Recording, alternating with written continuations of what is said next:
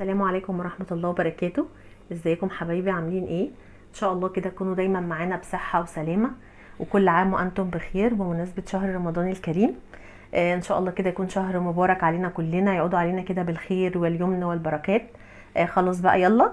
روايح رمضان هلت كده ان شاء الله، وبركاته هلت علينا كده. يلا بقى، جاية النهاردة بوصفة خفيفة ولذيذة وسريعة. اللي ما لحقتش تعمل حاجه كده مخلل سريع كده في البيت والوقت اخدها كده زي ما اخدني، لو اتاخرتي زي كده يلا بينا مع بعض. هنعمل لك مخلل الجزر في 10 دقايق وبس، واسهل طريقه وطريقه منجزه. وهقول لك على التريكات اللي طلعوا لك زي المحلات المخلل بالظبط. نسمي الله كده ونصلي على سيدنا محمد عليه افضل الصلاه والسلام. دلوقتي كده معانا حبايبي جزر مغسول كويس جدا ومتخرط. عندك بقى عايزه تخرطيه، انا مخرطه بجميع الاشكال عشان يعني ايه، كل الاذواق. عندك القطاعه دي بتخرطهولك كده اهو. عايزه تخرطي بالسكينه حته واحده زي كده، ممكن تخرطيه برضو حلقات كده بالقطاعه دي، بتدي شكل حلو وجميل. دلوقتي كده قطعنا الجزر بتاعنا، ومع دول ما يقرب كده ل4 كيلو ونص جزر. ومعايا كده برضو هنا اهو في البوله التانية اهو بقيه الجزر برضو متقطع بالقطاعه اللي هي دي حلوه بتدي شكل. وبرضو بالسكينه عملت جميع الاذواق، متقطع بالقطاعه حلقات وشرايح كده اهو، ومتقطع برضو بالسكينه حاجات كده اهو طويله زي البطاطس كده بالظبط. زي ما تحبي قطعيه الشكل اللي تحبيه. تمام. ومعانا طبعا الملح، ومعانا كده نص كيلو فلفل حامي. نص كيلو ده انا هعمل الكميه دي على برطمانين، فهحط ما يقرب من ربع كيلو في برطمان وربع كيلو في البرطمان التاني، بتديله نكهه وتست حلوه قوي. تمام. ودلوقتي معانا برطمانات يا حبايبي مغسوله كويس جدا. اهم حاجه في المخلل تعقيم البرطماناتك تكون مغسوله كويس جدا بميه سخنه برضو ومتصفيه. وبصي بقى التركايه دي عشان برضو المخلل يبقى معاكي زياده تعقيم للبرطمان بتاعك، عشان ما يعملش بكتيريا وريم والكلام ده كله. هتحطي نقطه خل كده في كل برطمان معانا، شويه خل صغيرين، وهتبداي تقفلي البرطمان كده. وزي ما قلت لك البرطمان بتاعك يكون نظيف ومتعقم ومغسول بميه سخنه. هتفضلي ترجي كده نقطه الخل اللي انت حطيتيها كده. تمام.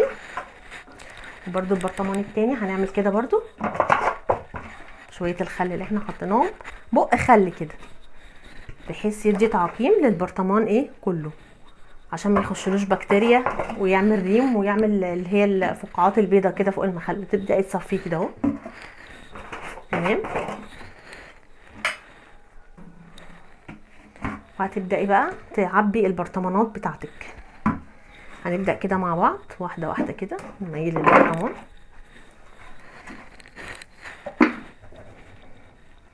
تبداي كده ترصي كده البرطمان بتاعك واحده واحده.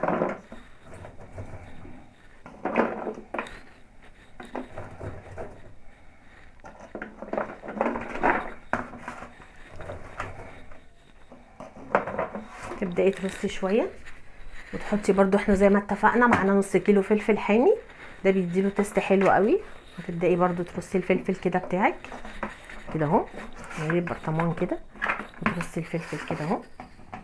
برضو ايه هيديكي نكهه وهيديكي طعم حلو قوي للجزر بتاعك. يبقى الجزر بتاعك حلو كده ومشطشط. ولو برضو انت حسب الرغبه، لو افراد اسرتك ما بتحبش الحامي او كده، او انت ما بتحبيش الحامي، مفيش مشكله، ممكن تحطي فلفل بارد، ما تحطيش فلفل خالص، على حسب الرغبه وحسب يعني افراد الاسره بتاعتك بتحب ايه، بتفضل ايه.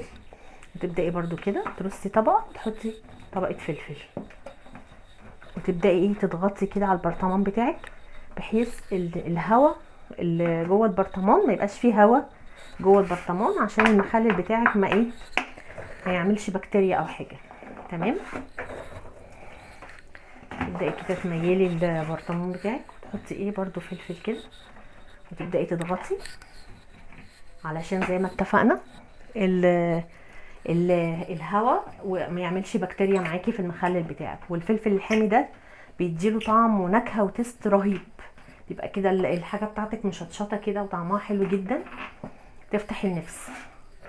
وتبدأي بقى تكملي البرطمان كده بتاعك واحدة واحدة كده. تبدأي تدفسي كده زي ما قلتلك، بحيث ايه ما يكونش فيه هواء داخل البرطمان. تبدأي برضه تحطي كده ايه قرنين فلفل صغيرين. بقية الفلفل التاني هنحطه ايه في البرطمان التاني.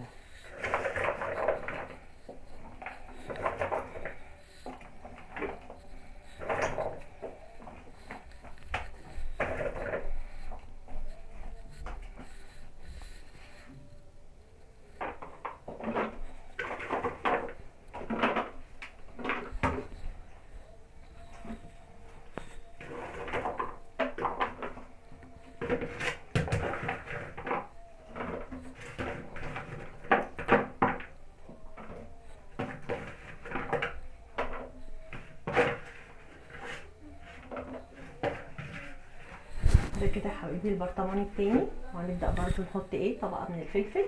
احنا رصيناه مع بعض الاولاني، وده البرطمان التاني. زي ما قلت لك الكميه بتاعتي ما تقرب الى 4 كيلو ونص كده تقريبا جزر، فايه هتاخد معايا في البرطمانين.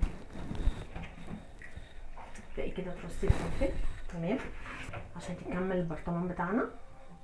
نرص البرطمان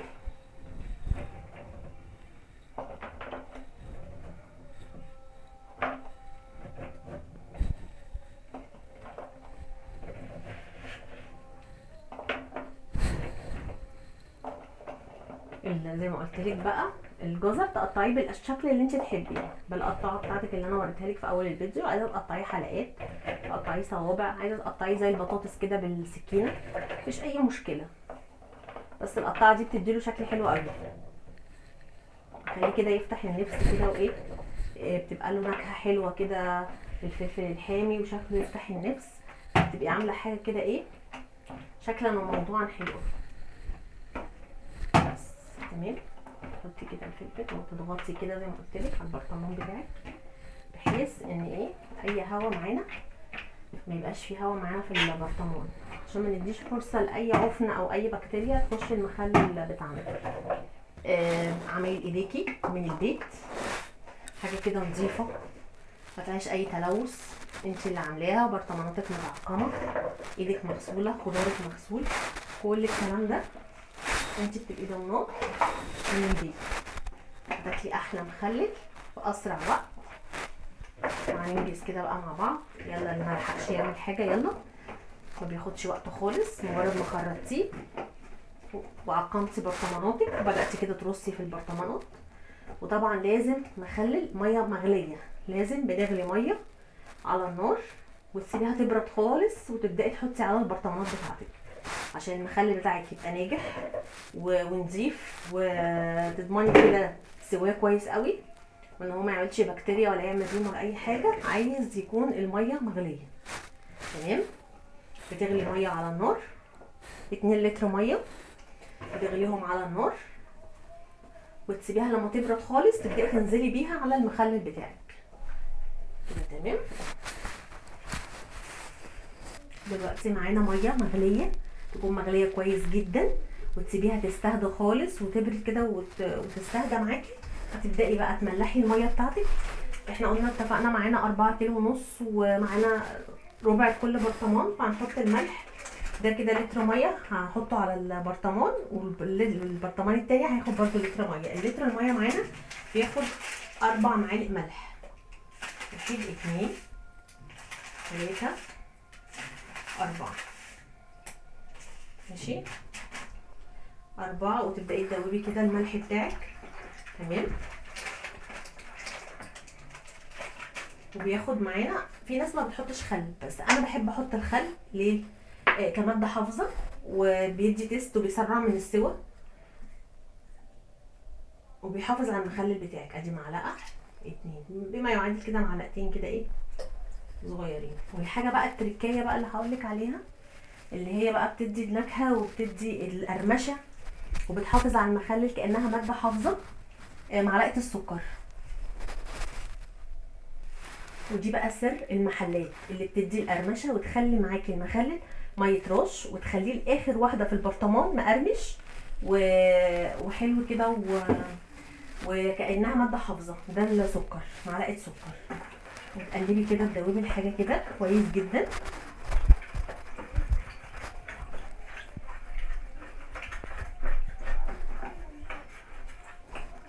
تبدأي تدوبي الملح مع السكر مع معلقتين الخل بتاعك. زي ما اتفقنا دي ميه مغليه ومبرده عشان تضمني ان المخلل بتاعك كده معقم، كل حاجته معقمه نظيفه، ما فيهوش اي بكتيريا، ما فيهوش اي ريم. يبقى معاكي اخر واحده في البرطمان حلوه وفريش وما فيهاش اي حاجه. ومعلقه السكر دي ده سر من اسرار محلات المخلل اللي بتدي القرمشه، بتدي التست، وبتعتبر كماده حافظه للبرطمان لاخر حبه في البرطمان. وتبداي حبيبتي بقى كده بالكبشه بتاعتك تبداي تنزلي على البرطمان بتاعك.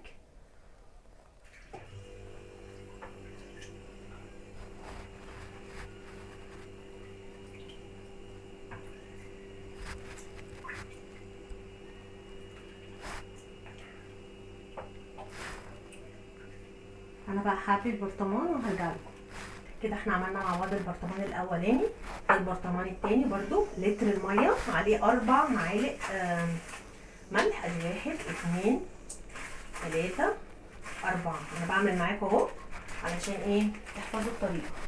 يبقى معانا البرطمان بياخد لتر ميه معايا. لتر الميه عليه قد ايه ملح؟ عليه 4 معالق ملح. والتركايه قلت لك عليها معلقه السكر بتاعتنا. تمام.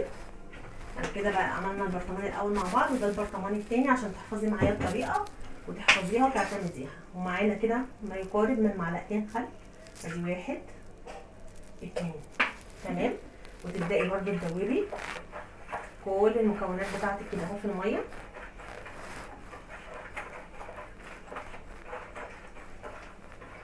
تتاكدي كده ان الملح بتاعك داب، والسكر معلقه السكر اللي قلنا بتدي القرمشه وبتخليه معاكي فريش لاخر واحده في البرطمان.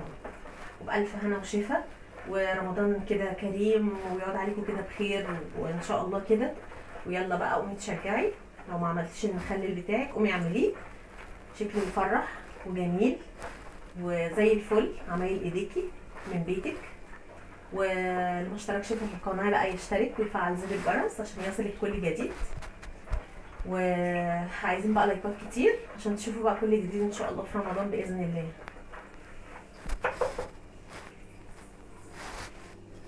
ودلوقتي حبايبي خلاص البرطمانات بتاعتنا اهي جهزت معانا. هنبدا بقى نقفل البرطمانات. بصي الكيسه الصغننه دي الميني دي هتبداي تحطيها كده على البرطمان بتاعك. تمام. علشان تضمني ان ما يخشش هواء للبرطمان بتاعك. تبداي تقفلي كده بطريقه ايه محكمه. تمام. وهنبدا برضو نعمل كده في البرطمان التاني اهو. تبداي كده تطلعي الهواء من الكيسه عشان تضمني ان البرطمان بتاعك ما يخشلوش اي هواء، ما يعملش بكتيريا. يبقى كده احلى مخلل. وكل عام وانتم بخير. احلى مخلل بألف هنا وشفا على قلوبكم. ورمضان كريم. مخلل 10 دقايق ما خدش مننا اي وقت ولا تكلفه، وحاجه من بيتك وبايدك وبنظافه بيتك ومن نظافه ايدك وعمايل ايديكي وحياه عينيكي. واللي ما اشتركش في القناه يشترك ويفعل زر الجرس. واتمنى كده تكون اخت من اخواتي كده في القناه بتاعتي عشان نكبر ونزيد بيكم. نكون كده انتهينا مع بعض من تخليل الجزر بتاعنا. نخلل 10 دقايق وبس. وان شاء الله كده بألف هنا وشفا على قلوبكم. ان شاء الله كده يتفتح عليه بعد 7 ايام كده ان شاء الله، اسبوع تفتحي عليه وتاكلي احلى مخلل. وكل سنه وانتم طيبين وبألف هنا وشفا على قلوبكم مقدما.